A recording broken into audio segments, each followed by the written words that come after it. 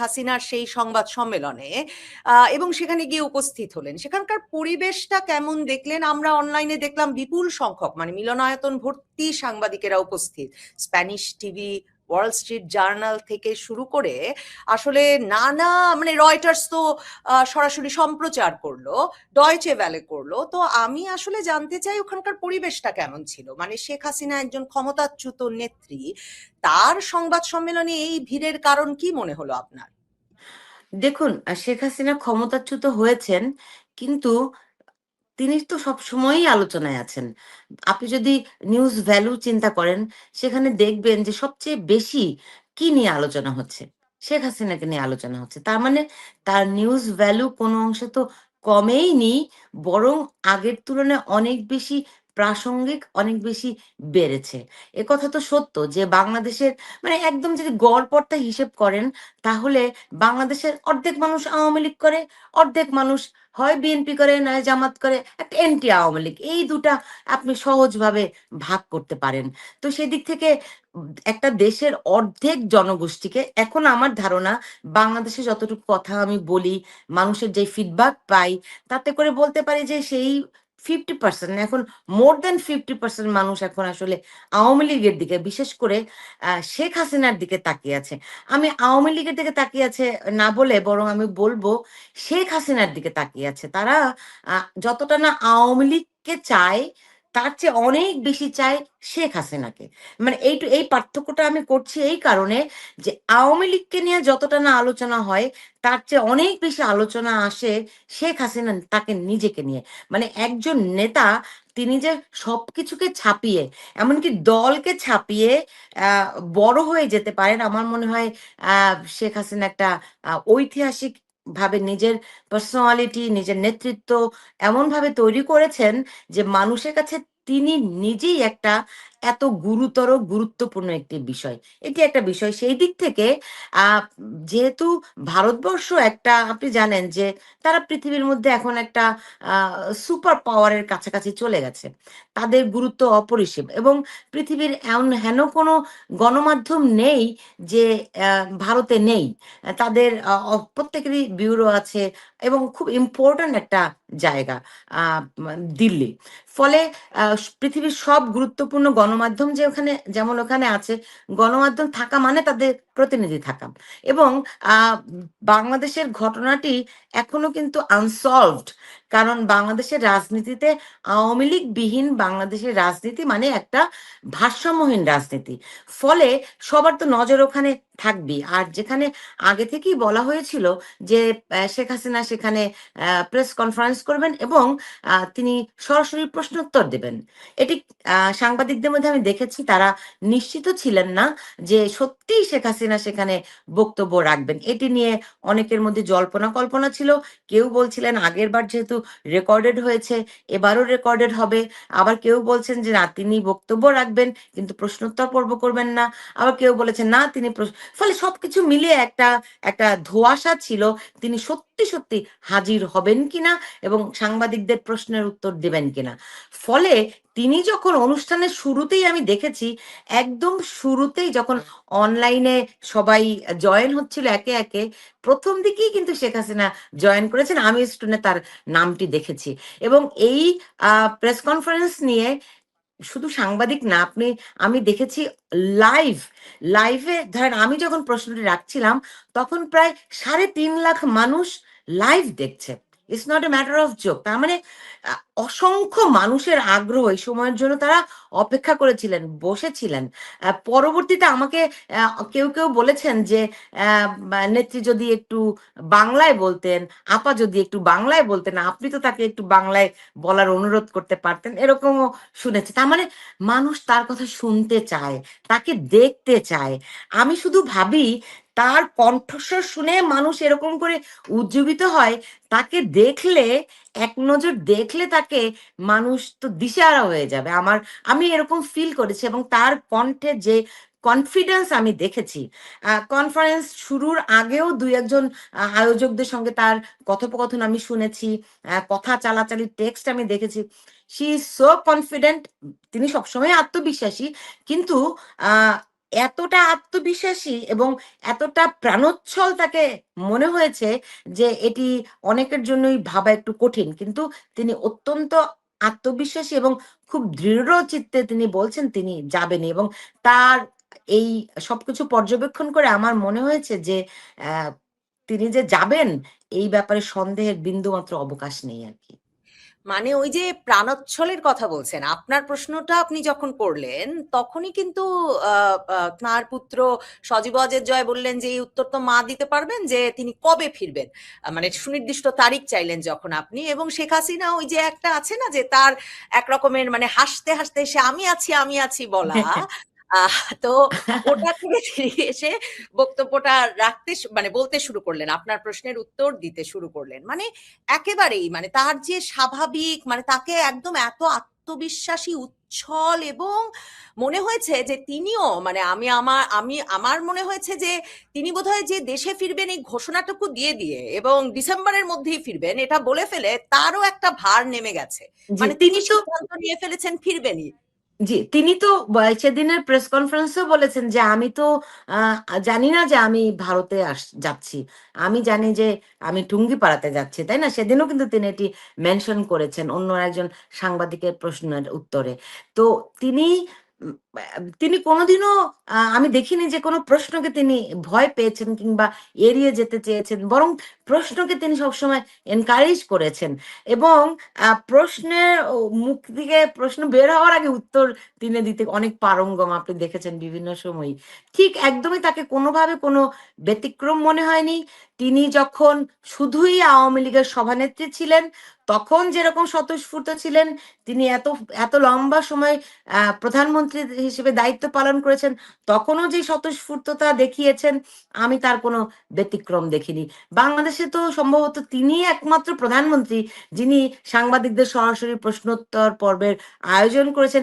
তা নিয়ে অনেক বিতর্ক থাকতে পারে। সেটি বলতে পারি যে আমাদেরই দুর্বলতা, আমরা তাকে হয়তো সঠিকভাবে প্রশ্ন করতে পারিনি। কিন্তু তিনি তো সবসময় সেগুলি এনকারেজ করেছেন। ফলে এটি কোনো দিক থেকে তার যেই স্বভাবসুলভ যে আচরণ, কথা বলার ধরন, তাতে কোনো ব্যতিক্রম নেই। ওখানে সাংবাদিকদের সঙ্গে নিশ্চয়ই আপনি আলাপ করেছেন। কারণ আপনি নিশ্চয়ই মানে অনুষ্ঠান স্থলে আগে পৌঁছেছেন। সাংবাদিক সম্মেলনে যেটা হয় যে অনুষ্ঠান শেষেও সাংবাদিক সম্মেলন শেষেও সাংবাদিকরা নিজেদের মধ্যে অনেক আলাপ করে। আপনি দেশি বিদেশি মানে দেশি তো আপনিই একমাত্র ছিলেন মানে ভারতীয় এবং আ আরো যে আন্তর্জাতিক সংবাদ মাধ্যমের বিদেশি প্রতিনিধিরা, বিভিন্ন দেশের সাংবাদিকেরা, তাদের সঙ্গে আলাপে আপনি কি বুঝলেন? মানে তারা কি একরকমের ব্যাপকভাবে অপেক্ষা করছেন, বিশ্বাস করছেন তো নিশ্চিতভাবে শেখ হাসিনা ফিরবেনই? মানে বাংলাদেশে অনেক বিশ্লেষণ হচ্ছে যে শেখ হাসিনা স্টানবাজি করছেন, কিন্তু মানে মাসের পর মাস ধরে এই আন্তর্জাতিক সংবাদ মাধ্যমগুলো এই খবরটা যেহেতু রান করে যাচ্ছে যে শেখ হাসিনা ফিরবেন, ডিসেম্বরেই ফিরবেন, ডিসেম্বরের আগে ফিরে যান কিনা, হ্যাঁ কিভাবে মৃত্যুদণ্ডের রায় মাথায় নিয়ে, মানে সিএনএন আপনি নিশ্চয়ই দেখেছেন সেদিন ফটোকার্ড করেছে যে মৃত্যুদণ্ডের রায় মাথায় নিয়ে হলেও এই বাংলাদেশের নেত্রী এক্সাইলড, এবং এখন তারা কিন্তু সকলে ব্যবহার করছেন নির্বাসিত নেত্রী, সাবেক প্রধানমন্ত্রী, এই শব্দগুলো ব্যবহার করছেন, তিনি ফিরবেনই। মানে আপনি বিদেশি সাংবাদিকদের মধ্যে কি মুড দেখেছেন, কি ধরনের মনোভাব দেখেছেন? তাদের কাউকে একটু বিস্মিত দেখেছি। তারা বিশ্বাস করতে পারছে না যে তিনি সত্যিই ফিরবেন। আবার অনেকে, বিশেষ করে যারা ভারতবর্ষের রাজনীতি কিংবা বাংলাদেশের রাজনীতিটা খুব ক্লোজলি ফলো করেন, তারা তার কথায় কনভিন্সড। কিভাবে যাবেন, আ কোনো পথ আছে কিনা, আলাপ আলোচনা হচ্ছে কিনা, এরকমও কথাবার্তা কিন্তু প্রশ্ন এসেছে। ব্যাকডোরে কোনো আলাপ আলোচনা হচ্ছে কিনা। আ তিনি তো সেগুলো বলেছেন যে ব্যাকডোরে কোনো আলাপ আলোচনা নেই। আমার দেশ, আমি ফিরে যাবই। আমার মানুষের কাছে আমি ফিরবো। ফলে সাংবাদিকদের মধ্যে কিছুটা তাদের ভেতরে কিছুটা কৌতূহল দেখেছি। আর আপনি যেটি জানতে চাচ্ছেন যে যখন তিনি সত্যি ফিরবেন, তখন তারা থাকবেন কিনা? আমি নিশ্চিত আ সবাই থাকবেন। কারণ এটি it's a big thing. By this time আমি আপনাকে একটা কথা বলে রাখি। এই খবরটি আমি আজই পেলাম। এটা রাশিয়ার একটা গোয়েন্দা সংস্থার রিপোর্ট এসছে। তিনি যদি দেশে যান, তাহলে তার প্রাণ নাশের আশঙ্কা খুব প্রকট ভাবে রয়েছে। এটা একটা একদম রাশিয়ার একটা গোয়েন্দা সংস্থার প্রতিবেদন, মাত্র 1 সপ্তাহ আগে আমি আজকে পেয়েছি আর কি। ফলে তার জন্য অত্যন্ত ঝুঁকিপূর্ণ। এই গোয়েন্দা প্রতিবেদন না হলেও আমরা জানি যে তার জন্য বাংলাদেশে ফেরাটা খুবই ঝুঁকিপূর্ণ, কিন্তু সরকারেরও তখন একটা চাপ তৈরি হবে যে যেহেতু তিনি দেশে ফিরেছেন, তাকে নিরাপত্তা দেয়াটা সরকারের একটি বড় দায়িত্ব হয়ে যাবে। তারাও চ্যালেঞ্জের মধ্যে পড়বে, কারণ এবং আমি বলবো তিনি যদি যান সেক্ষেত্রে ভারতেরও একটা দায়িত্ব থাকবে বা দায় থাকবে, কারণ তার দেশের অতিথি যখন দেশে যাচ্ছেন, ঝুঁকিতে পড়েন, তখন আশ্রয়দাতার একটা দায় থেকেই যায় এরকম পরিস্থিতির মধ্যে। ফলে সবকিছু মিলিয়ে আপনি নিশ্চয়ই বাংলাদেশের রাজনীতি তো আপনি ফলো করেনই প্রতিনিয়ত, এবং চমৎকার সব আপনি স্টোরি করেন, দারুণ। আপনাকে সেজন্য অনেক ধন্যবাদ জানাচ্ছি। আমি প্রায়শই শুনি আপনার বয়ানগুলো। তো সেই দিক থেকে আপনি দেখবেন অনেক কিছু কিন্তু খুব মুভ হচ্ছে, ভেরি ফাস্ট মুভ হচ্ছে। আমরা তো ভেতরের খবর খুব সঠিকভাবে বস্তুনিষ্ঠভাবে জানি না, কিন্তু মুভমেন্ট দেখে বোঝা যায় যে আসলে কোথায় কি হচ্ছে। হয়তো এক্স্যাক্টলি আমরা লোকেট করতে পারি না, কিন্তু অনুমান করতে পারি যে কোথাও কিছু ঘটছে। সেই মুভমেন্ট গুলো দেখে বোঝা যায় যে কিছু ঘটছে শুধুমাত্রই শেখ হাসিনা দেশে ফিরবেন সেটিকে কেন্দ্র করে যে ঘুরছে তা নাও হতে পারে, কিন্তু এটি যে একটি অনেক বড় একটা বিষয়, খুবই গুরুত্বপূর্ণ একটি বিষয়, সে ব্যাপারে কোনো সন্দেহ নেই। অনেকগুলো আপনি দেখেন, স্যার যেই তিনি তিনি দেশে গেলেন, বৈঠক করলেন, ভারতের যে গোয়েন্দা প্রধান, রয়ের প্রধান, তিনি বাংলাদেশে গেলেন, এটা অনেকখানি নজিরবিহীন। আমি জানি না পৃথিবীর কোনো দেশের গোয়েন্দা প্রধান আরেকটি দেশে গেলে এত বড় খবর হয়। গোয়েন্দারা সাধারণত গোপনে কাজ করে, কিন্তু তারা একদম ঢাকঢোল পিটিয়ে একেবারে প্রধানমন্ত্রীর সঙ্গে সাক্ষাৎ। ফলে সবকিছু মিলিয়ে এগুলি একটা বার্তা দিচ্ছে যে বড় ধরনের একটা কোনো মুভমেন্ট, একটা শিফটিং হচ্ছে। সেটি কি হয়তো আমরা জানি না, কিন্তু শেখ হাসিনা যে ফিরবেনই, তার যেই বৈশিষ্ট্য, তার যেই রাজনৈতিক যেই ক্যারেক্টার, লিডারশিপ, সেখানে তিনি যখন বলেছেন ডিসেম্বরের মধ্যেই যাবেন, তিনি সেদিনও খুব সুনির্দিষ্ট করে বলেছেন যে ডিসেম্বর আমাদের বিজয়ের মাস, আমি বলেছি যখন যাব আমি যাবই, এবং তিনি যাবেনই। হ্যাঁ, আপনি খুব মানে মানে সাংবাদিকরা তো আমরা এটাই করতে পারি যে আমরা পরিস্থিতিগুলো এটার সাথে ওটা মিলাই সমীকরণ তৈরি করি এবং আমরা প্রশ্ন করি, কিন্তু রাইট। কখনোই ওই সংবাদ সম্মেলনেও যে প্রশ্ন হয়েছে যে শেখ হাসিনার সঙ্গে বাংলাদেশ সরকারের কোনো আলাপ আলোচনা চলছে কিনা, ভারত সরকার সেখানে কি ভূমিকা রাখছে, এই সব বিষয়গুলোতে কখনোই আসলে সরাসরি উত্তর, মানে যাদের মধ্যে আলোচনা চলে এই ধরনের উচ্চ পর্যায়ের আলোচনা তো আর বলে দেন না তারা, কিন্তু সাংবাদিকেরা একের সঙ্গে এক মিলিয়ে প্রশ্নটা কখন করতে হবে সেটাও যেমন জানেন, বিশ্লেষণটাও করেন। সেটা ভীষণভাবে একটা গুরুত্বপূর্ণ, মানে কিছু একটা তো ঘটছে নিশ্চয়ই, এবং সে কারণেই বিশ্বজুড়ে এসব নিয়ে প্রশ্ন উঠছে। কিন্তু আমার প্রশ্নটা হচ্ছে যে আপনি লক্ষ্য করেছেন কিনা, আপনাকে যেমন আপনি যখন বলেছেন কবে ফিরবেন, উনি বলেছেন সব সময় আপনারা জানেন, আপনারা জানবেন আমি যখন ফিরবো, কিন্তু ডিসেম্বরেই ফিরবেন একেবারে সে কথাটা থেকে, মানে অনেকে বলছেন যে ওই সংবাদ সম্মেলনে তিনি ডিসেম্বরের মধ্যে মধ্যে বলছেন, কিন্তু ডিসেম্বরেই বলছেন না। এবং গত কিছুদিনে যে ধরনের তৎপরতা হচ্ছে, সার্জিও গোর ঢাকায় গেলেন, দীনেশ ত্রিবেদীর সঙ্গে বৈঠক, র চিফের ঢাকায় যাওয়া, এবং এরপর যেসব ঘটনা ঘটে যাচ্ছে খুব দ্রুত, বাংলাদেশের প্রধানমন্ত্রী তারেক রহমান এখন ভারত সফরে সেপ্টেম্বরে না গিয়ে আগস্টের শেষে যাবেন, সেই কথা জোরদার ভাবে শোনা যাচ্ছে। মানে ডিসেম্বরেই নাকি আরো আগে, আপনার কি মনে আম হলো? দিল্লিতে আম তো নিশ্চয়ই আপনার আরো আওয়ামী লীগ নেতৃবৃন্দের সঙ্গেও কথা হয়েছে। জি, আমি আগে বলি যে উনি ডিসেম্বরেই যে ফিরবেন বা ডিসেম্বরের মধ্যে ফিরবেন। আমি একটা কয়েকটি জায়গা থেকে এমন শুনতে পেয়েছি, নিশ্চিত নই, যে অক্টোবর নাগাদও তিনি ফিরতে পারেন। ফলে আগেও ফিরতে পারেন, যেহেতু তিনি বলছেন যে ডিসেম্বরের মধ্যে ফিরবেন। তিনি কিন্তু ডিসেম্বরেই ফিরবো এরকম না, ডিসেম্বরের মধ্যেই ফিরবো। আবার আপনি যদি একটু হিসেব করেন যে তিনি যখন বলছেন যে ডিসেম্বর আমাদের বিজয়ের মাস, ফলে একটা ওইখানে আবার একটা সিগনিফিকেন্স দাঁড়িয়ে যায়। কিন্তু বিভিন্ন জায়গা থেকে আমি শুনেছি তিনি অক্টোবরের দিকে যেতে পারেন। আবার ভারতীয় কয়েকজন সাংবাদিক আমাকে বলেছে যে যাওয়ার মতো পরিস্থিতি এখনো অতটা অনুকূল হয়নি। ফলে অনিশ্চিত। এটি ২-১ জন আমাকে বলেছেন যে তারা ঠিক বিশ্বাস করতে পারছেন না তিনি সত্যিই ডিসেম্বরের মধ্যে যেতে পারবেন কিনা। কারণ আপনি জানেন পুরো বিষয়টি একটা ভূ-রাজনৈতিক বিষয়। ভূ-রাজনৈতিক বিষয়টির সমাধান না হলে তারা যে অনুকূল পরিস্থিতির কথা ভাবছে বা বলছে বা চিন্তা করছে, সেই অনুকূল পরিস্থিতি তো হয় না। ফলে ভূ-রাজনৈতিক সমস্যার সমাধানের উপর নির্ভর করছে তার দেশে ফেরার তিনি যে ফিরবেনই সেই নিশ্চয়তা তাদের দৃষ্টিতে আরকি। ফলে ভূ-রাজনৈতিক ক্ষেত্রে অনেক কিছু অগ্রসর হচ্ছে, মুভ হচ্ছে। তার দেশে ফেরার পথটিও হয়তো প্রশস্ত হচ্ছে। আমার ধারণা ডিসেম্বরকে সামনে রেখে খুব ফাস্ট এগুলোর সমাধান হয়তো হবে। কিন্তু শেখ হাসিনাকে যারা চেনেন, মানে ঘনিষ্ঠ, তার ঘনিষ্ঠ রাজনৈতিক সহচরেরা, দীর্ঘ বহু দশকের সহকর্মীরা, তারা তো বটেই। এমনকি আমি সেদিন বাংলাদেশে নিযুক্ত ভারতের রাষ্ট্রদূত, ভারতের মানে বিখ্যাত কূটনীতিক বিনা সিকরির একটা সাক্ষাৎকার শুনছিলাম। সেখানে এত কনফিডেন্সের সঙ্গে বলছিলেন যে শেখ হাসিনাকে যারা চেনেন তারা জানেন শেখ হাসিনা যখন বলেছেন তিনি দেশে ফিরবেন, তিনি ফিরবেনই। আর তিনি তো আসলে সংবাদ মাধ্যমকে বলেছেন যে তার মৃত্যুর ঝুঁকি থাকলেও তিনি দেশে ফিরবেন, কারণ তিনি জানেন দেশে ফিরলে তাকে মানে এমনকি হত্যা করা হতে পারে। ভারতীয় সাংবাদিকরা কিন্তু বলছেন, আপনি যে রুশ গোয়েন্দা সংস্থার যেমন তথ্যের কথা বললেন, যে তাদের গোয়েন্দাদের কাছে তথ্য হচ্ছে যে শেখ হাসিনা দেশে ফিরলে মানে আইএসআই নিয়ন্ত্রিত বিভিন্ন জঙ্গি সংগঠন, সশস্ত্র সংগঠনের হামলা হতে পারে তার উপর, কিন্তু তিনি দেশে ফিরবেনই। সেই যে একটা মানে পরিস্থিতি, সেখানে তাদের প্রস্তুতি কেমন চলছে আওয়ামী লীগের নেতৃবৃন্দের? আওয়ামী লীগের যেসব নেতার সঙ্গে আপনার দেখা হলো, কথা হলো, তারা কি বললেন? আর শেখ হাসিনার সঙ্গে দেখা করার চেষ্টা করেন নাই? দিল্লি গেলেন? সব প্রশ্নের তো উত্তর দেয়া যাবে না। আচ্ছা, আ আমি আওয়ামী লীগের বেশ কয়েকজন নেতার সঙ্গে আমার কথা হয়েছে, তাদের সঙ্গে দেখা হয়েছে। এক্কেবারে কর্মী লেভেলেরও আ মানুষদের সঙ্গে দেখা হয়েছে, কথা হয়েছে। তো আ সবাই ধরেন বাংলাদেশে যারা কর্মী, তাদেরকে তো তাদের সঙ্গে আমি দেখা করতে পারিনি বাংলাদেশের, কিন্তু তাদের সঙ্গে প্রতিনিয়ত আমার কথা হয়। তারা তো একদম মুখিয়ে আছে, অপেক্ষা করে আছে যে এক্ষুন যদি তিনি দেশে আসার ঘোষণা করেন, তারা রাস্তায় নামার জন্য প্রস্তুত।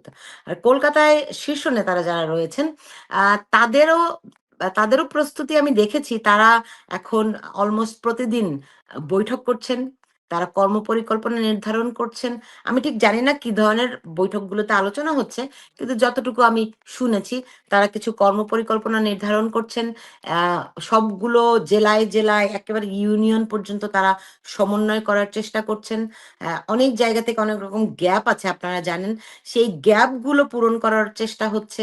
আ কর্মীদের সঙ্গে নেতার যে একটি বন্ধন, যেই বন্ধনে কোথাও, কোথাও চিড় ধরেছে বলে মনে হয়, সেগুলো এখন আবার জোর লাগছে।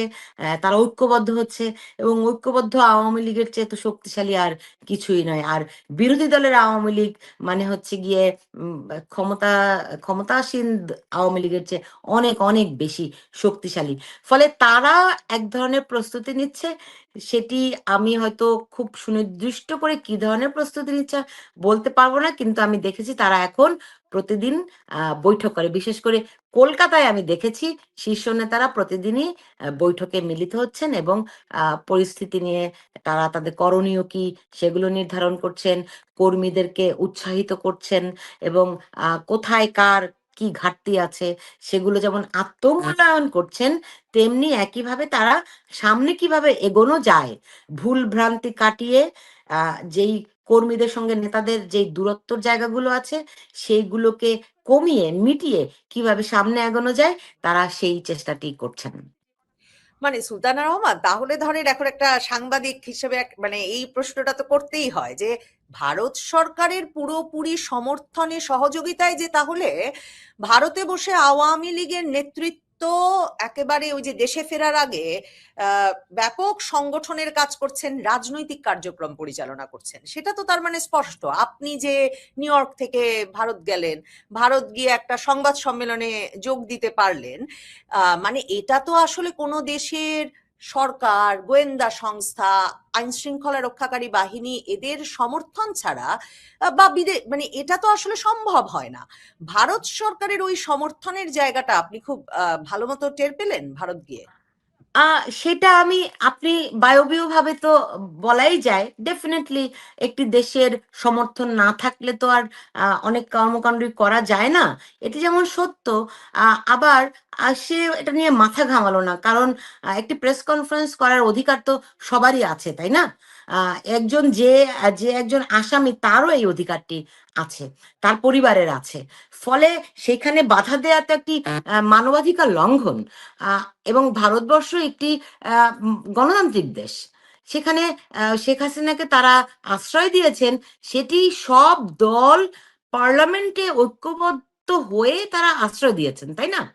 তো সেইখানে তিনি সেই অর্থে তো আর ধরেন মিছিল মিটিং করা কিংবা এই নেতারা বৈঠক করছেন, সেই বৈঠক তো কোনো অফিস নিয়ে ঘটা করে আয়োজন করা হচ্ছে না। ধরেন আপনি যেখানে আছেন, আপনার বাড়িতে 10 জন মেহমান আসলো, তারা কি রাজনৈতিক কর্মকাণ্ড করছে, এটি তো আর ওই দেশের সরকারের পক্ষে জানা সম্ভব না, শোভনও নয়, তাই না? তারা হয়তো ডেফিনেটলি তাদের গোয়েন্দাগিরি তো থাকবেই, সেটি তাদের নিজেদের দেশের নিরাপত্তার স্বার্থেই তারা করবে। আর বাংলাদেশ যেহেতু তাদের প্রতিবেশী এবং খুবই একটা ভাইটাল প্রতিবেশী, বাংলাদেশের সুখ দুঃখ তাদের জীবনকে প্রভাবিত করে, তাদের দেশকে, আমরা ভালো থাকলে তারা ভালো থাকে, আমরা খারাপ থাকলে তারা খারাপ থাকে, এই বাস্তবতায় তো তাদের তো নজরদারি করতেই হয়। ফলে আহ, তারা রাজনৈতিক কর্মসূচি করতে উৎসাহ দিচ্ছে, আমি এমনটি দেখিনি, কিন্তু তারা যে বাধা দিচ্ছে তাও দেখিনি। আপনার কি মনে হলো ওই সংবাদ সম্মেলনে থেকে যে আওয়ামী লীগের পরবর্তী নেতা বা শেখ হাসিনার উত্তরসূরি হতে যাচ্ছেন তার পুত্র সজীব ওয়াজেদ জয়, সে কারণেই সজীব ওয়াজেদ জয়ের উপস্থিতি? আমি জানি যে আপনি আপনার অনুষ্ঠানে কে হবেন শেখ হাসিনার উত্তরসূরি এই নিয়ে অনেক আলোচনা করেছেন, মানে আপনার মনে এ প্রশ্ন বারবার ঘুরে আমার ফিরে অনেক আসে। প্রশ্ন। তো আপনার কি মনে হলো শেখ হাসিনা কি এক রকমের উত্তরসূরি পছন্দ করেছেন, সেটার একটা নজির পেলেন? আর যারা ওখানে উপস্থিত ছিলেন, আপনি আগেও বলেছেন, তাদের কাছে আসলে কি আওয়ামী লীগের পরবর্তী নেতাকে এসব প্রশ্ন তাদের ভেতরে আছে, নাকি এই যে শেখ হাসিনা একজন রাজনৈতিক নেত্রী, তিনি ফিরছেন বিশ্বনেত্রী একজন, মৃত্যুদণ্ডের রায় মাথায় নিয়ে, সেটাই তাদের মূল আকর্ষণ ছিল? সজীব ওয়াজেদ জয় প্রসঙ্গে ওখানে কোনো আলাপ হলো কিনা সাংবাদিকদের মধ্যে? তারা আপনি দেখুন, একটা একটা একটা করে উত্তর দেই আপনার। সেটি হচ্ছে কি, তিনি পরবর্তী উত্তরসূরি কিনা।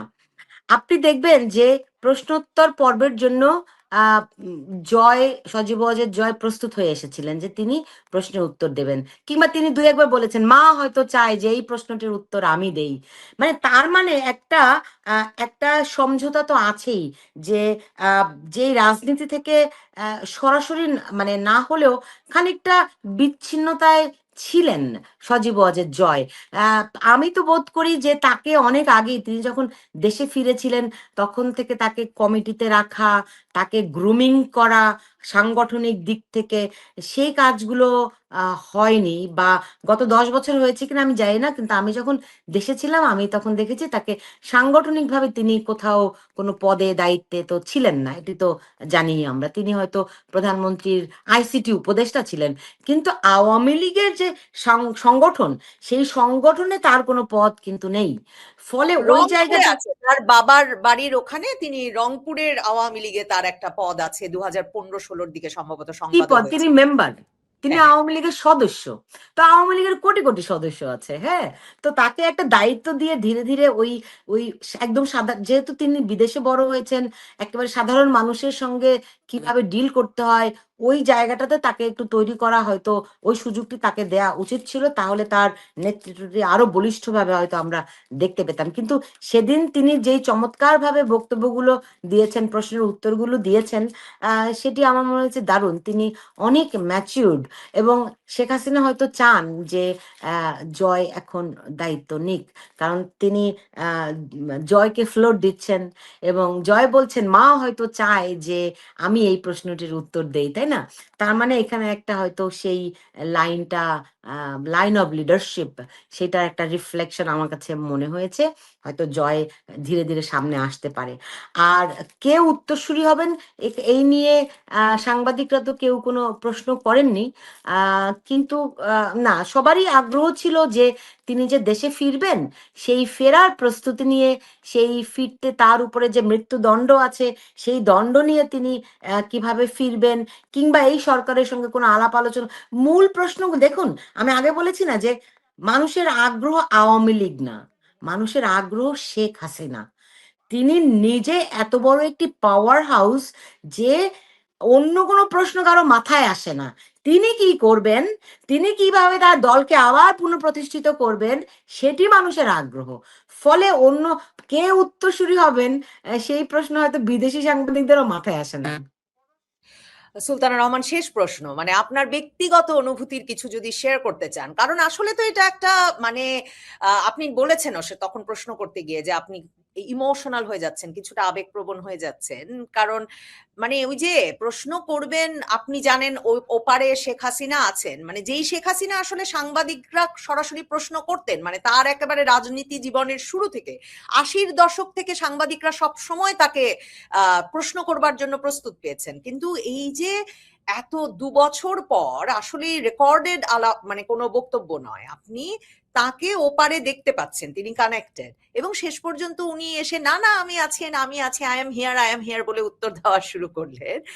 আপনার ব্যক্তিগত অনুভূতিটা যদি বলেন, আর আমি আসলে জানতে চাই আপনি কেন ঠিক করলেন আপনি এই সংবাদ সম্মেলনে যোগ দেবেন? আওয়ামী লীগের তরফে আনুষ্ঠানিকভাবে কোনো যোগাযোগ করা হয়েছিল আপনার সঙ্গে, নাকি আপনি নিজের ব্যক্তিগত ইচ্ছায় গেলেন এবং তারপর কি করে ওখানে যোগ দেওয়ার ব্যবস্থা করলেন? নবনীতা, একজন সাংবাদিক হিসেবে জানেন যে যে কোনো বড় ইভেন্ট কভার করার লোভ সব সাংবাদিকের কিন্তু থাকে। তো আমি যখনই শুনলাম যে শেখ হাসিনা প্রেস কনফারেন্স করবেন, মানে তিনি নিজে উপস্থিত থেকে প্রশ্নোত্তর দেবেন, এটি জানা গেল একদম শুরুতে যখন আয়োজনটি শুরু হয়েছিল, তখন তিনি থাকবেন কিনা সেটা নিশ্চয়তা ছিল না। সজীব ওয়াজেদ জয় থাকবেন এটি নিশ্চিত ছিল।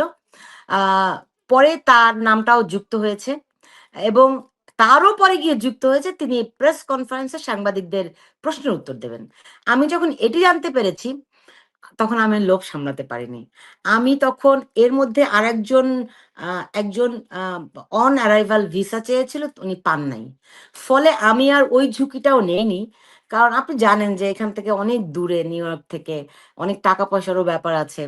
ফলে আমি এখানে ভারতীয় হাই কমিশনে আমি আমার ভিসার জন্য আবেদন করি। তো তারা আমাকে একটা সাক্ষাৎকার নেয়। আমি জার্নালিস্ট ভিসায় অনেকবার ভারতে গিয়েছি। ফলে তারা ওই ব্যাকগ্রাউন্ড ঘেঁটে, আমি আবার টুরিস্ট ভিসার জন্য, কারণ সাংবাদিক ভিসা হলে আপনি জানেন যে অনেক ডিফিকাল্ট। ফলে আমি কারণ সময়ও খুব বেশি নাই। ফলে আমি ওইগুলো এভয়েড করার জন্য টুরিস্ট ভিসা আমি দিয়েছিলাম। তারপরেও তারা কেমনে ব্যাকগ্রাউন্ড খুঁজে বের করে আমাকে ইন্টারভিউর জন্য ডেকেছে। ইন্টারভিউ দিয়েছি। তো আমি বললাম, তোমরা ভিসা কবে দিবা? ওই দিন ছিল ৩ তারিখ। তো বলল যে জানাবো আপনাকে। আমি বললাম, যদি তোমরা আমাকে ভিসা দাও তাহলে আজকের মধ্যে দাও, আর যদি বাদ দাও তাহলে তো বাদই দিলা, কিন্তু ভিসা দিলে যদি তুমি আমাকে আজকের মধ্যে দাও তাহলে আমার উপকার হয়, আমি ওখানে যেতেই হবে, আমার খুব জরুরি কাজ। হ্যাঁ, ওরা আমাকে জানতে চায়নি কি কাজ। তো আমি জরুরি কাজে আহ, ওরা বললো যে ৪টা নাগাদ জানাতে পারবেন। তো ৪টা নাগাদ যদি জানায়, আমি কখন টিকিট করব? আবার টিকিট যদি করি কিন্তু ভিসা যদি না দেয়, তাহলে আমার তো এটা লস, তাই না? তো তারপরও আমি টিকিটের সব বুকিং টুকিং করে রেডি থাকলাম, যাতে করে ভিসা হলে আমি সঙ্গে সঙ্গে ফ্লাই করতে পারি। দিস ইজ দ্য স্টোরি আমার ওখানে যাওয়ার। এবং সঙ্গে ওখান থেকে আইএফএসআই কি বলে, এফএসসির প্রেসিডেন্টকে আমি একটা ইমেল করলাম। দেন আয়োজক মোহাম্মদ আলী সিদ্দিকী, ওনাকে একটা মেল করলাম, ওনাকে টেক্সট করলাম হোয়াটসঅ্যাপে, এবং আমি বললাম আমি টিকিট কেটে এখন রাইট নাও আমি এয়ারপোর্ট।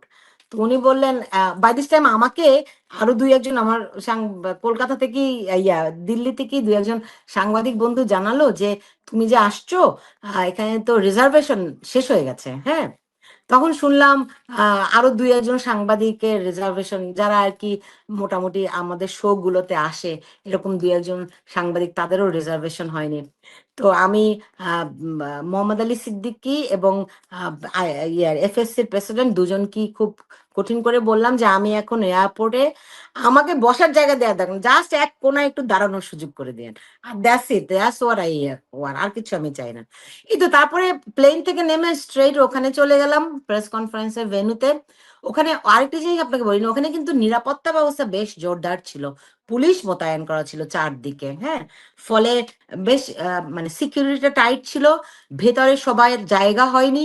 আমি এক কোণে কোনো রকমে চুপি চাপি দাঁড়িয়েছিলাম। পরে একজন, যেহেতু আমি একটা বিদেশি মানুষ, সো আমাকে একজন একটা চেয়ার এনে দিল আলাদা, ওই সো ওখানে বসে হাতটা তো তুলিয়ে রাখলাম, কারণ তাকে প্রশ্ন করতে পারবো, এর চেয়ে তো আর বড় কিছু নেই। আর যখন আমি প্রশ্ন করছিলাম, আমি কেন যেন আমার না মানে খুব গলাটা ধরে আসছিল খুব, আমি ঠিক জানি না, এটা বোঝাতে পারবো না। একটা এমন একটা অনুভূতি, চোখে পানি চলে আসছিল, কেন আমি জানি না, হ্যাঁ।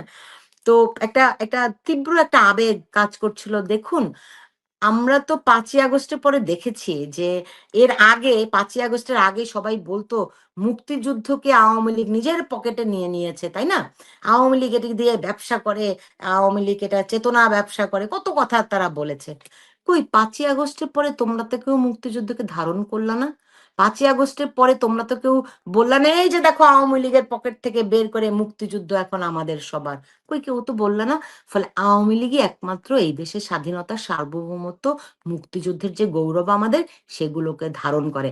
তাদের অনেক জায়গায় ভুল ভ্রান্তি অনেক কিছু থাকতে পারে, কিন্তু তবু তারা করে, যে কাজ করে তার 10টা ভুল হতে পারে, কিন্তু যে করে না তার তো কোনো ভুল নাই। তারা ওরকম ভাস্কর্য ভাঙতেই পারে, মাটিতে মিশিয়ে দিতে পারে, আমাদের ইতিহাস, আমাদের গৌরব পানিতে ভাসিয়ে দিতে পারে, তাই না? চূর্ণ বিচূর্ণ করতে পারে। ফলে আওয়ামী লীগ ছাড়া এই দেশকে, এই দেশের ইতিহাস, মুক্তিযুদ্ধকে তো আর কেউ ধারণ করে না। আমরা গত ২ বছরে সেটি খুব স্পষ্টভাবে দেখেছি, হাড়ে, হাড়ে বুঝেছি। ফলে এই দেশের যে ভারসাম্যহীনতা তৈরি হয়েছে এবং বাংলাদেশকে যে আবার উল্টো দিকে নিয়ে যাওয়ার একটা প্রক্রিয়া তারা করছে, এটি থামাতে হলে শেখ হাসিনাকেই দরকার। শুধু আওয়ামী লীগ না, শেখ হাসিনাকেই দরকার। আমি বলব বাংলাদেশের মানুষের ভাগ্য ভালো যে শেখ হাসিনা এখনো বেঁচে আছেন। তিনি যদি না থাকতেন, মানুষের ওই ওই এখন যে আলোটুকু আছে, যে আশাটুকু আছে, সেটিও হয়তো নিভে যেত। ফলে আমি যখন প্রশ্নটি করছিলাম, আমি তো ডেফিনেটলি অনেক আবেগতাড়িত, এবং তিনি যখন আমাকে আমার কথা বলছিলেন, তখন আমার চোখ থেকে কোথা থেকে ঝরঝর করে, মানে ভাগ্য ভালো কেউ দেখে নাই। মানে হয় না, আপনি যখন একজন পেশাদার মানুষ হবেন, ইমোশন তো আহ আহ, তখন সেখানে ইমোশনের কোনো জায়গা নেই। তারপর দিন শেষে তো আপনি যতই পেশাদার হন না কেন, আমরা তো মানুষ, তাই না? তারেক রহমান তার ভারত সফরের ব্যাপারে এত টালবাহানা করছেন কেন? মোদিভীতি হতে পারে, কারণ যে সমস্ত এগ্রিমেন্টে উনি সই করেছিলেন ভারতের প্রতিনিধির উপস্থিতিতে এবং মার্কিন প্রতিনিধিদের উপস্থিতিতে, ভারতে এলে সেই সমস্ত জবাব তো তাকে দিতে হবে, অন্তত নরেন্দ্র মোদীর সামনে দিতেই হবে। দ্বিতীয় হচ্ছে, মানে 1-to-1 যদি বৈঠকে উনি বসেন, সেটা বিমস্টেকের মানে ব্রিক্সের সাইডলাইনেই হোক, অথবা আগস্টে আসার যে কথা চলছে তাতে, আমি গতকালকেও বলেছি উনি আসবেন বলে আমার বিশ্বাস হয় না। তা বিশ্বাস হয় না কেন? বিশ্বাস হয় না একটাই কারণে, যে তিনি নিজের সিদ্ধান্তে এখন চলতে পারছেন না, অন্যের সিদ্ধান্তে চলছেন। অন্যের সিদ্ধান্ত কি? এখানে জামায়াতের চাপ আছে, এখানে এনসিপির চাপ আছে। তিনি সবাইকে খুশি করতে চাইছেন, সবাইকে খুশি করে উনি ক্ষমতায় টিকে থাকতে চাইছেন। কিন্তু একটা কথা উনি ভুলে গেছেন, যে সবাইকে খুশি করতে চায় সে কাউকে খুশি করতে পারে না, আর বিশেষ করে ভারতের মতো বৃহৎ গণতান্ত্রিক প্রতিবেশী রাষ্ট্রকে। এখন প্রতিবেশী রাষ্ট্র কি করতে পারে? প্রতিবেশী রাষ্ট্র যদি মনে করে যে আমি তার বিরুদ্ধে ব্যবস্থা নেব, তাহলে অনেক কিছু করতে পারে। গতকাল আমাদের এখানে মানে বর্ষাকালীন অধিবেশন শেষ হয়েছে পার্লামেন্টের। এখন তো হাতে অখণ্ড সময়। গতকাল রাতে সন্ধ্যের পর থেকে রাত 1:30 অবধি প্রচুর দৌড়ঝাঁপ হয়েছে। দৌড়ঝাঁপ বলতে কখনো এসপিজি, কখনো দলবল নিয়ে যাচ্ছে শেখ হাসিনার ওখানে তার সঙ্গে কথা বলতে, কখনো এখানে অজিত দোভাল, জয়শঙ্করজি একলা মিটিং করছেন, কখনো অজিত দোভাল, রাজনাথ সিং, মোদি, জয়শঙ্করজি একসঙ্গে মিটিং করছেন, মানে সিরিজ অফ মিটিং। এর মধ্যে গভীর রাতে আবার ডেকে পাঠানো হয় সিডিএস কে, চিফ অফ ডিফেন্স স্টাফকে। সেটা এর মধ্যে চিফ অফ ডিফেন্স স্টাফের সম্পর্কটা কোথায় আমি এখনো ধরতে পারিনি। কিন্তু এই বাংলাদেশে একটা খবর রটেছে যে দীনেশ ত্রিবেদী নাকি আবার একটা চিঠি নিয়ে যাচ্ছে, আমন্ত্রণ পত্র। আমার বিশ্বাস হয় না, আমাদের কাগজেও এরকম কিছু বেরোয়নি। তাছাড়া বাংলাদেশে এরকম বেল নেই, আপনাদের ভাষায় বাংলাদেশের অত বেল নাই। যারা আমেরিকাকে চেপে রাখতে পারে তাদের কাছে বাংলাদেশ কি? তবে এর ফলশ্রুতি হিসেবে বাংলাদেশকে কিন্তু কঠিন গুণাগার দিতে হবে। গুণাগার বলতে বাংলাদেশ ভারত ছাড়া কিন্তু তার নড়ার জায়গা নেই, সে খাদ্য পানীয় থেকে আরম্ভ করে জল অবধি। এখন আপনার দেশের যা অবস্থা, তাতে বেসিক দুটো চাহিদা মানুষের, যেটা সেটা হচ্ছে বিদ্যুৎ আর একটা হচ্ছে খাদ্যপণ্য।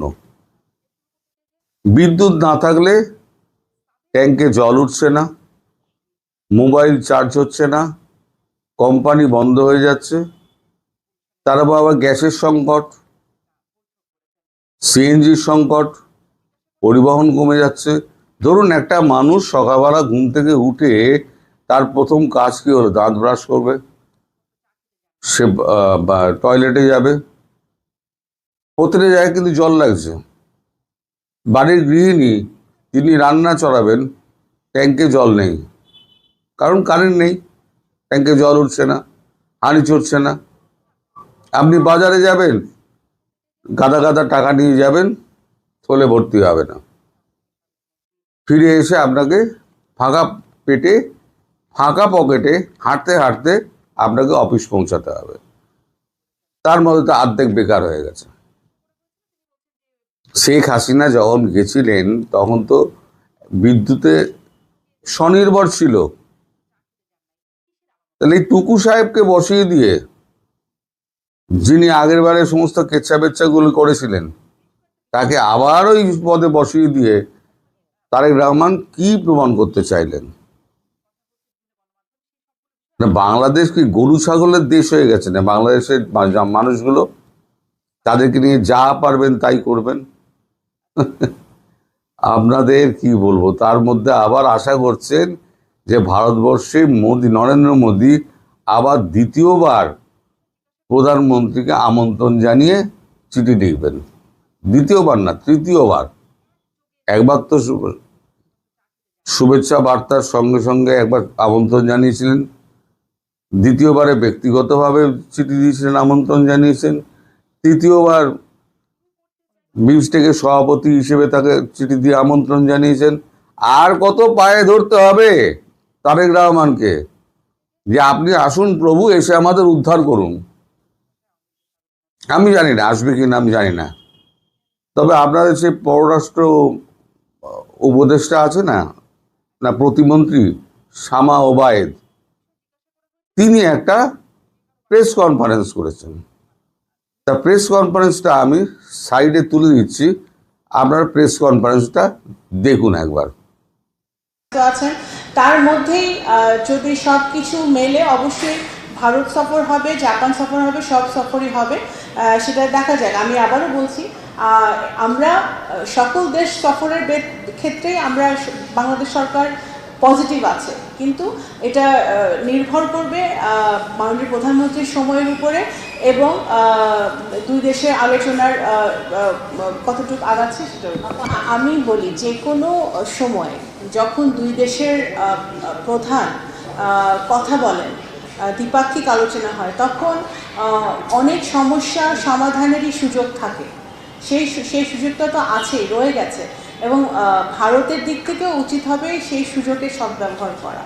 আশা করি এর থেকে আপনাদের কাছে প্রমাণ হলো যে আগস্টে আসারই এখনো কোনো পরিকল্পনা স্থির হয়নি।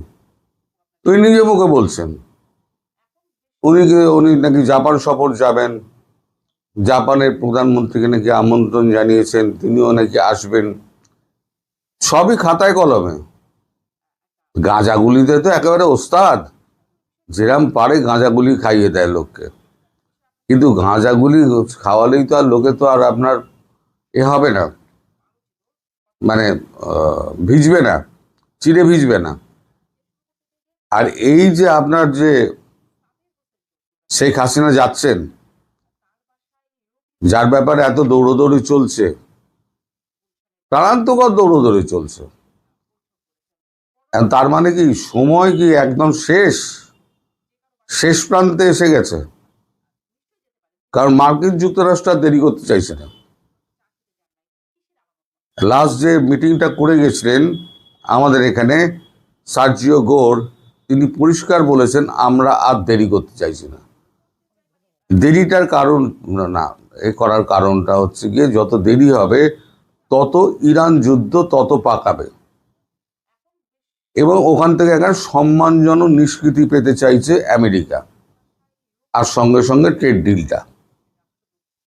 এখন ভারত ছাড়া কে করবে?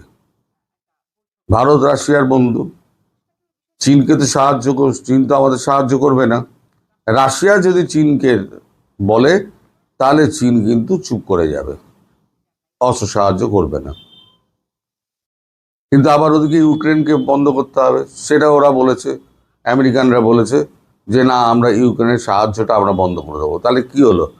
এদিকে ইরান যুদ্ধটা থেকে পিসফুলি বেরিয়ে এলো, সম্মানজনক একটা সেফ এক্সিট পেল, আর একটা হচ্ছে ইউক্রেন থেকে মানে ওদেরকে বেরিয়ে যাওয়া, আমেরিকার বেরিয়ে যাওয়া, ইউরোপের অর্থ সাহায্যটা কেটে দেওয়া।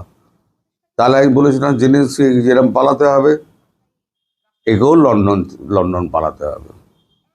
কারণ পাবলিক আস্তে আস্তে পাবলিকের মুড যে ঘুরছে, এখন তো প্রকাশ্যে বলছে যে আমাদের সময়তে শেখ হাসিনা যখন ছিলেন তখন আমরা অনেক ভালো ছিলাম। আগে কানে কানে বলতেন, চায়ের আড্ডায় বলতেন, এখন প্রকাশ্যে বলছেন। কজনকে আপনারা জেলে ভরবেন? 18 কোটি মানুষকে তো আর জেলে ভরতে পারবেন না। এই যে আমাদের এত যে লোকজন গেলেন, গোয়েন্দা প্রধান গেলেন, বরাক জৈন, তা আপনাদের যারা ওই দিল্লি না ঢাকা, স্বৈরাচারী মানব না, দাদাগিরি মানব না, ভারতের করদ রাজ্য হয়ে থাকবো না, যারা রাস্তা গরম করতেন, তাদের তো একজনকেও দেখা গেল না। ওই তারা কোথায় গেলেন?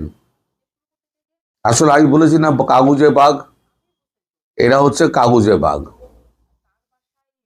তো পারিপার্শ্বিক যে অবস্থা দেখছি, আমেরিকার চাপ, ভারতের একটা গণতান্ত্রিক সিদ্ধান্ত, এবং শেখ হাসিনাকে সস্থানে বসানো, আমার মনে হচ্ছে আগস্টের শেষ দিকে হয়তো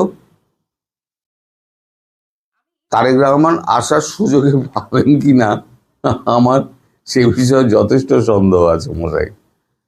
চিটিবিটি ছেড়ে দিন, আগস্টের শেষ সপ্তাহের দিকে চোখ দিকে তাকিয়ে থাকুন। আমি যখন যা বলি খবর নিয়েই বলি।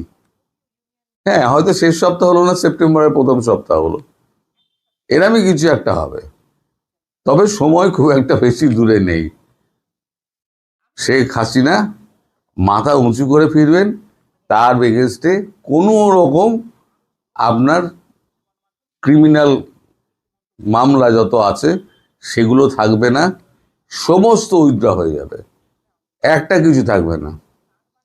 আর আপনি তারেক রহমান যদি না আসেন না, তাহলে গঙ্গা চুক্তি, তিস্তা চুক্তি, তারপরে যে খাদ্য পানীয় বন্টন, মানে এ পাঠানো, তারপরে তা আপনার ট্রান্সশিপমেন্টের যদি এখন যা যা সুযোগগুলো কিছু কিছু পাওয়া যাচ্ছে সেগুলোও বন্ধ করে দেবে, এবং আপনার ওই ভিসাটাও বন্ধ করে দেবে। এবার দেশের পাবলিক আরো খেপে যাবে, কারণ ভিসাটা তো পাওয়া যাচ্ছিল, ভিসাটাও যদি বন্ধ করে দেয় তাহলে পাবলিক কার ওপরে খেপবে? তারেক রহমানের ওপরে খেপবে। তারেক রহমানকে লাঠি নিয়ে তাড়া করবে চৌরাস্তার মোড়ে।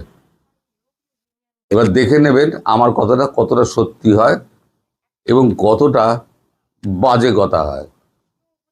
আমি এখনো পর্যন্ত যা বলে এসেছি সব অক্ষর অক্ষরে মিলে গেছে, এবারও যা বলছি অক্ষরে অক্ষরেই মিলবে।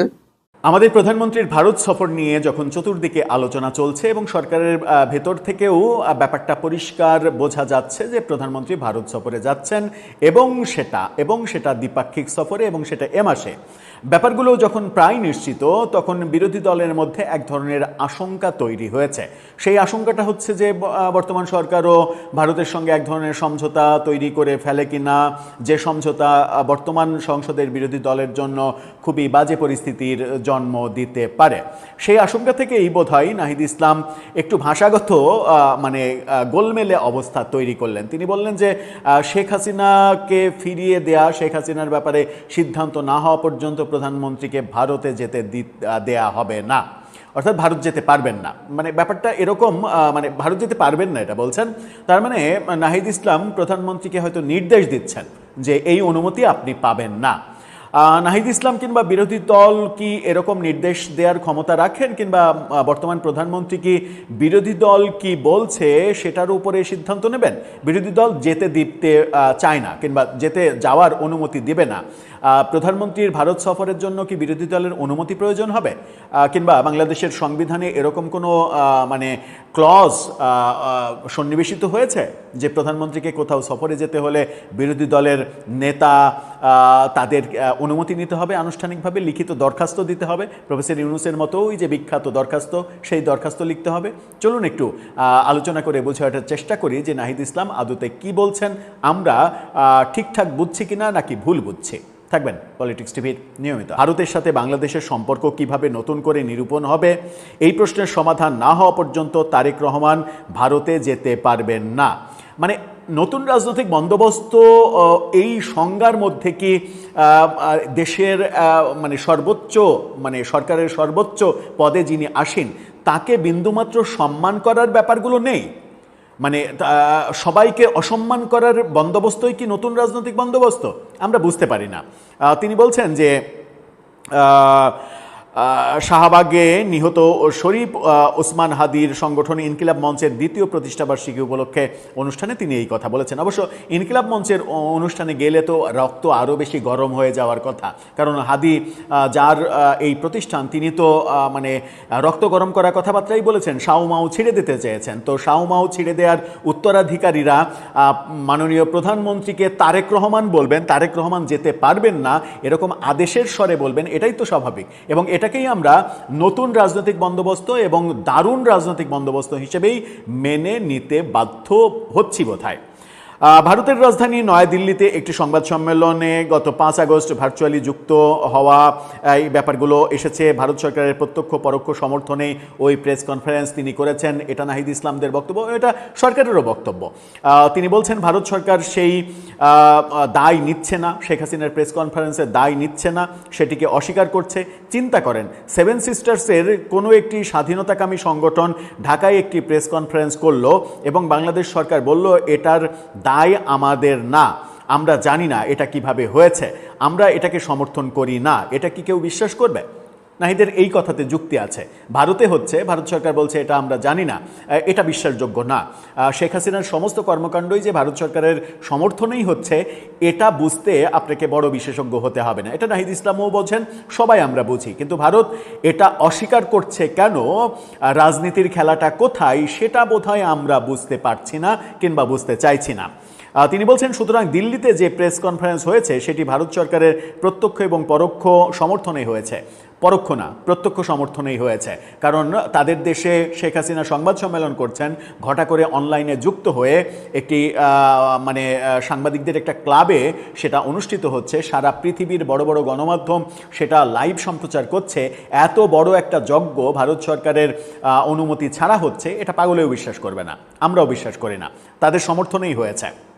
নাহিদ ইসলাম আরও বলছেন, 5 আগস্টের প্রেস কনফারেন্স নিয়ে ভারতীয় হাইকমিশনের বক্তব্য কি, সেই বার্তা এখনও আসেনি। তাদের দুঃখ প্রকাশ করা উচিত ছিল, ক্ষমা চাওয়া উচিত ছিল, এবং বাংলাদেশ সরকারের শুধু প্রেস বিজ্ঞপ্তি না, তাদেরকে ডেকে এনে কঠোরভাবে শাসানো উচিত ছিল, জবাবদিহিতা চাওয়া উচিত ছিল। ভাগ্যিস এরকমটা বলেননি যে ভারতের হাইকমিশনারকে গ্রেপ্তার করা উচিত ছিল, এটা বললে বোধহয় আরেকটু ভালো হতো।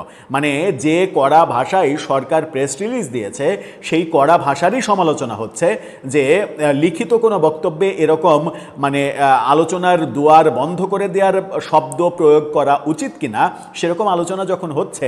কারণ মুখের কথায় অনেক কিছু বলা যায়, কিন্তু আপনি যখন লিখিত ভাষায় বলছেন তখন অনেক সাবধানী হতে হয় শব্দ এবং বাক্য প্রয়োগে, যেটা হয়নি বলে অনেকে সমালোচনা করছেন।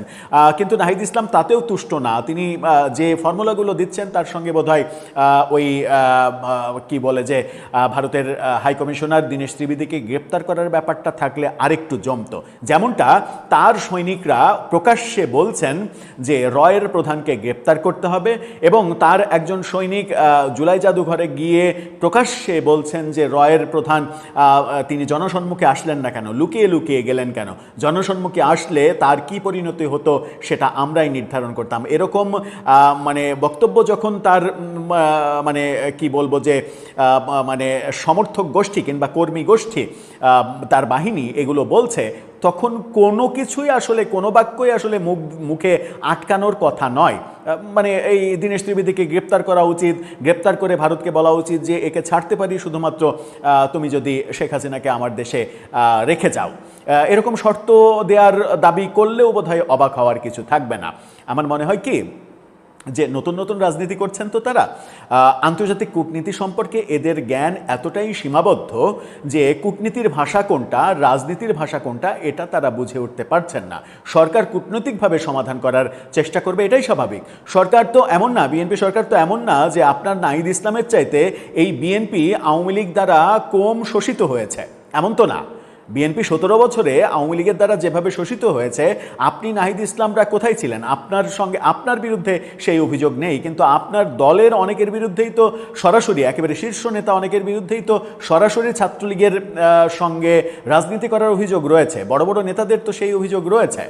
তো আপনারা তো, আপনাদের নেতাকর্মীরা যখন ছাত্রলীগের সঙ্গে পাওয়ার প্র্যাকটিস করছিলেন তখন বিএনপি নির্যাতিত হচ্ছিল।